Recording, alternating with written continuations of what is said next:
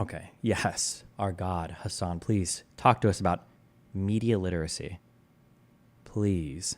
On factually accurate information to the best of our ability. I do think with on the topic of media literacy, with the increase in content, the opportunity for media literacy, in my opinion, goes down actually, right? Like the vast quantity of headlines that we consume on a daily basis, or clips, or long form, whatever we're consuming, as that quantity has gone up, I think whatever your understanding is of the media will be applied across the board. Like to have a nuanced take from clip to clip or headline to headline is extremely challenging, and a challenging assumption of society. Yeah. I think many people don't do that at all. And they don't Right. have that. They just like are fed this information. They Or have might their not own. even know they should do it. Might not even know that one headline is different from another headline. Yeah, no, that's why I think that we're arriving at like one of my major goals is I look at the news and I handhold you through it. Where if you are confused about what's going on in the world, my job, the way I see it is like I'm there to be entertaining first and foremost, but also like basically tell you like here's what the headline says, but here's what is actually going on, and here's what that headline might mean. This is what I hate this. I hate this so much. Everything Hasan is saying here is 100% correct. That is true what he's saying. That should be your job. But he doesn't do any of this. He doesn't do any of that. People that if you shower and you're getting the same clothes afterwards, you might as well. Here, life pro tip. Life pro tip. Save 30 minutes of your time, okay? If you're going to, if you shower and then you change into the same clothes afterwards, save your time by just not showering at all. Don't waste your fucking time, okay? Don't waste your fucking time. Just don't shower. Who the fuck cares? Don't shower. If you're going to wear the same clothes afterwards, don't waste your fucking time. Don't waste our time, all right? And sometimes it's the headline is accurate, or Is the cat still with you? No. Honey is not my property. It's part of my girlfriend. She travels back and forth with her. that headline might mean. And sometimes it's the headline is accurate, or the story is completely devoid of any sort of errors or omissions of details, right? But that is what I'm trying to do. That is what I'm trying to do when I look at Fox News. That is what I'm trying to do when I See, like, I wish that, like, something that I started doing a lot, the thing that encouraged me to start writing more and thinking more about, like, media consumption and how people consume media. I just said the same thing twice. When I say media consumption, what I mean is, like, how do you read a particular thing, and then how do you understand it, or how should you understand it, versus how people consume media. Like, what do most people do, or what are the main follies of most people in consuming media? I consider myself a subject matter expert, okay? And I think that from that position, I think I try to have a more critical view rather than just parroting things that I've seen online. This is why I push so much, or you heard me say over and over again, like, when people say, how do you pick a good source? We'll just read a variety of sources. Like, no, that's an answer that is devoid of thought. Nobody's actually thought through what that means to read a variety of sources. It doesn't mean anything people say, right? When you're in Hasan's position or my position, you have the opportunity to engage with a ton of different types of communities and a ton of different types of people and watch them consume media, understand how media cycles work, probably more than almost anybody on the planet, save for actual, like, media pundits that work in mainstream media. And even at that, you have a unique perspective on things because you've got more direct engagement with media consumers than even, like, pundits do, because they don't usually engage with media consumers. But that is what I'm trying to do. That is what I'm trying to do. So there are much better answers to this question of something that I would say is, when you're trying to see if media is misleading you, something being right or wrong is not usually the important part. If you get into alternative media spaces, especially YouTube, you can just find a lot of stuff that's just wrong, okay? Like the RFKs of the world, just wrong. But the big problem is when you're reading on reporting, things are selectively reported. People choose what things they want to tell you. And you can find things that aren't technically wrong, but they're not really conveying conceptually the most accurate picture, if that makes sense. Like, a really good example was, we watched this the other day. When the immunity thing came out, I think the headlines for, the left-leaning stuff, I think people were saying Trump granted criminal immunity, stuff like that. And I think the Fox News headline was like, fuck, can I find this? The way, like, nothing from what I remember, and I only skimmed these articles, Nothing in any of these Fox News articles was incorrect. Oh, so like right here, this focus on like this top line here. Chief Justice John Roberts says the president enjoys no immunity for his official acts. I'm sorry, for his unofficial acts, right? This is like true, right? Nothing that's reported in these articles can be untrue or false, but it can still be misleading. People should focus on that more. The reason why you should focus on that more is because the solution is, in order to critically evaluate any particular media source, you have to have some kind of working knowledge of the material at hand, or else you're always just being led around by propagandists like Hasan, you know? But, yeah. Right. But that is what I'm trying to do. That is what I'm trying to do when I look at Fox News. That is what I'm trying to do when I look at MSNBC, because I have plenty of disagreements with liberals as well as I do with Republicans. I think the interesting parallel between yourself and the New York Times is that, you know, the New York Times, I open the app every single day and I go straight to Wordle and then I play the spelling bee every day. That's great. And I'm in there. And then I'll quickly click on the news tab and I'm like, all right, here's some things that are happening, and I will spend way less time looking at the headlines in the news, but I'm in. Like, you've brought me in, New York Times, you got me, I'm in a news world, right? And I feel like with you, your beginnings were gaming on Twitch. And even still now, there is like you said, you're like having fun, right? Occasionally you do play games. Yeah. And then there's a news element as well that like, it's this Yeah. interesting thing that like the news more so than ever requires this entertainment that may not be a part of it. So like this thing is a good example in chat.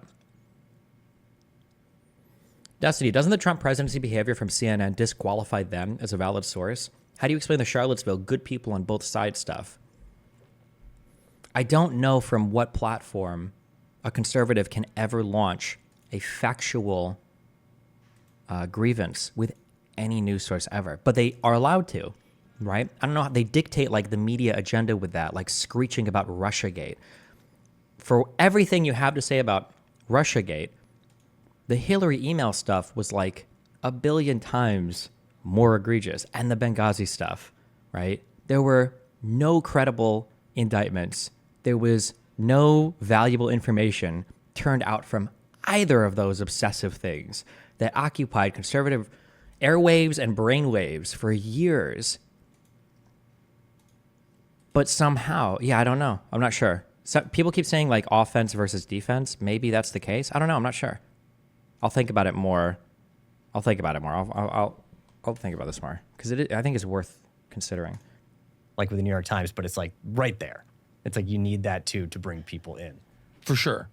I think I do it for not the revenue reasons that New York Times does it for, but instead I do it because I think it allows people to see me in a different light and not as like the serious news guy who's yelling all the time. So on that topic of like, you know, revenue and business, like the business of streaming, the business also of political commentary, I think it's interesting to break down like what does that look like? Because you brought up NPR at the beginning of the conversation, and I actually think what you do is similar to when I grew up. My brother and like we're like young kids, like when we were in the car with my mom or my dad, he wanted to listen to NPR. And I hated it. It's lame as hell. Yeah, it's super lame. And I would make fun of him for it, but he always wanted to listen to it. So I was subject to listening to a lot of it. Your brother would have been a fan of mine if he was like, you know, if it was. He was, I mean, my brother's like speech and debate, Model UN, Oh, went to law God. school, Okay. and then abandoned all of it. And went into fashion. So, yeah. That's awesome. Yeah. Oof, he said debate. That's a trigger word for Hasan. Be careful. Yeah, but I grew up like, you know, he introduced me to Jon Stewart, but I grew up listening to NPR in the car. And I think actually what you do being live for that amount of time is more akin to like the radio. Yeah. Right? No, absolutely. I describe what I do to people that are outside of the age range of understanding Twitch as basically Rush Limbaugh, but not evil, if that makes sense. I said that to Samir. Colin said that to me yesterday. Yeah. So when I listen to Hasan, it has the same rhythm as Rush Limbaugh. Oh, yeah. Yeah, Right. yeah. So in that context, like NPR was funded by, like it's public radio, so it's funded by people essentially donating, right? Yes, I think there's a tax component. I'm not a conservative, by the way, but to argue the other side, CNN reporting on the OKC bombing and Terrence Yeeke may suggest that they aren't a puppet of a secret conspiring elite. Check out the CNN article. Why did this cop turn up dead? You know what we're going to study on? Oh, I should have already done this. I'm going to write this here for another note. This is what we're going to be. We're just going to read through all of this list of shit. That's my stream for this month, okay? You talk about a conspiring elite, okay? Like, and then you talk about Russiagate, and you talk about CNN and MSNBC. How about the fact that a sitting president managed to get legal counsel that was telling so many lies to the country about voter fraud and reaching out to other mainstream media outlet pundits to make them tell lies about it. And then those pundits, Tucker Carlson, told lies about it knowingly on the largest cable broadcast news in the country in order to help the president. I'm going to say win an election, but really steal an election, right? Like, this is one of the most ripe for conservative, to dwell on this for so long conspiratorially. But because it's involving conservatives, nobody cares. Andrew Tate, I bet if I were to bring up fucking Donna Brazil or whatever, I bet like Andrew Tate and Sneeko would be like, oh, the woman, was she the one for the DNC with Bernie? He might know about that. He had no idea about the Tucker Carlson stuff. How is that? Tucker did not do it knowingly. This is why I have this here to research this. Tucker Carlson, Dominion, Fox News suit. The messages that I saw made it look like he did know, that he was tired of towing this line and that he was privately arguing with Sidney Powell that there wasn't good evidence for this. Tucker Carlson, leaked texts, Sidney Powell. Destiny, read the comment again. I'm saying that the article suggests that they are not the propaganda wing of a secret conspiring elite. Dog, you don't understand. Just by you saying that, that's unhinged. I'm not giving you credit for being like, there's really strong evidence actually that Hillary isn't a secret lizard person. You don't get credit for that statement, right? Do you understand that? Like, the default assumption is people are not part of a huge conspiring global elite without some kind of evidence being provided first, right? That's great show so far. I know that B script was wordy, but it came out great. It was awesome. Sidney Powell is lying. Fucking bitch. Jesus. I haven't even read these messages. It is top article in Mediaite, and also I sent it to Breitbart, Caller, Examiner, New York Times. Dude, nice job. In a text thread included in Tuesday's filings, the three hosts lamented that Fox's election decision desk director, Arnon Mishkin, made the call and bashed other colleagues. Is this the one where they called Arizona? Oof. Is that what this is? Oh, yeah. Why not bring this up to conservatives, but remove political groups and names and see what they say? Then do the Scooby-Doo thing and remove the mask of it being Trump. I've thought about that. Yeah. It's hard to do it with the coup case. I'm sorry. It's hard to do it with the insurrection case, though, because, like, everything is so obvious, like, what I would be getting at. Would you approve? Like, as soon as I say that, like, their mind is going to be like, wait a second. Is he trying to get me? On November 5th, in response to his producer, Alex Pfeiffer, who had written that, I really think many on our side are being reckless demagogues right now, Carlson wrote, of course they are. We're not going to follow them. The sun will rise tomorrow. We want to wake up intact. I always think that.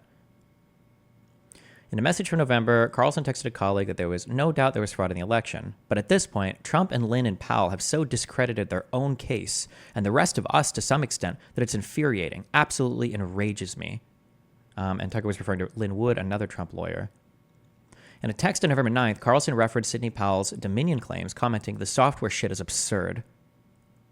Carlson then said on television that night, we don't know anything about the software that many say was rigged. We don't know. We ought to find out. Per Slate, around November 16th, Carlson texted a producer that Sidney Powell is lying, fucking bitch. He also called Powell an unguided missile, dangerous as hell, and a crazy person. Quote, Sidney Powell is lying, by the way. I caught her. It's insane, end quote. Like, if any of this was Democrats, you'd be losing your minds, right? If Anderson Cooper was saying that there was a Biden press secretary who was just telling lies all the time, but then Anderson Cooper was going on to CNN anyway and spreading those lies, you'd be losing your mind. But like, I think you guys just bury your head in the sand on this. I'm gonna make Michael Knowles. He needs to answer this. How do you feel about Tucker Carlson knowingly pushing false information, or they just do the Rhino thing where they just push like, oh, actually, well, he's not a real conservative anymore, and then they just ditch him and move on? Maybe, yeah. I don't know. Jesus. Into it as well. Like there's government grants, and then it's funded by donors and also ad revenue as well. And I think that like creates a conflict of interest in many instances, which they of course immediately will reveal. They'll be like, they'll do a story about Facebook, and then they'll be like, we're also funded by Meta. Yeah. But yeah, that's, you know. Conflict of interest is easily one of the stupidest. It's like one of the made for retard talking points. Like if somebody says like conflict of interest, like you, okay. Remember, there's a difference between like red flags or orange flags and like something being outright bad. A conflict of interest is a red flag, at least an orange flag, potentially a red flag, but it doesn't necessarily mean something is bad. You have to say more, right? If you say, well, there's a conflict of interest here, and then you do more digging, you should be more critical of something if the conflict of interest exists, but then you do more digging and you find out, like, did this conflict of interest manifest in a way that was damaging to the credibility of whatever's being reported on? Then you can, then you'd say like, okay, well, this is a problem. But conflict of interest just gives you a place a direction to go. It doesn't necessarily discredit what's coming out. Otherwise, you could use conflict of interest to discredit anything you don't like, which is what they do. That's why when I'm arguing with somebody about Israel-Palestine and I bring up any news agency that has anything related to Israel in the name, Times of Israel, Jerusalem Post, these are fake, that's fake, obviously it's fake, it's from Israel. Like, it would be the equivalent of, no, I can't even use that because conservatives would agree. It would be it'd be the equivalent of arguing with some other, somebody else in another country. And I'm like, okay, well, the New York Times, like, New York? The U.S. government published this? New York? But I guess conservatives actually do believe that in the United States, so.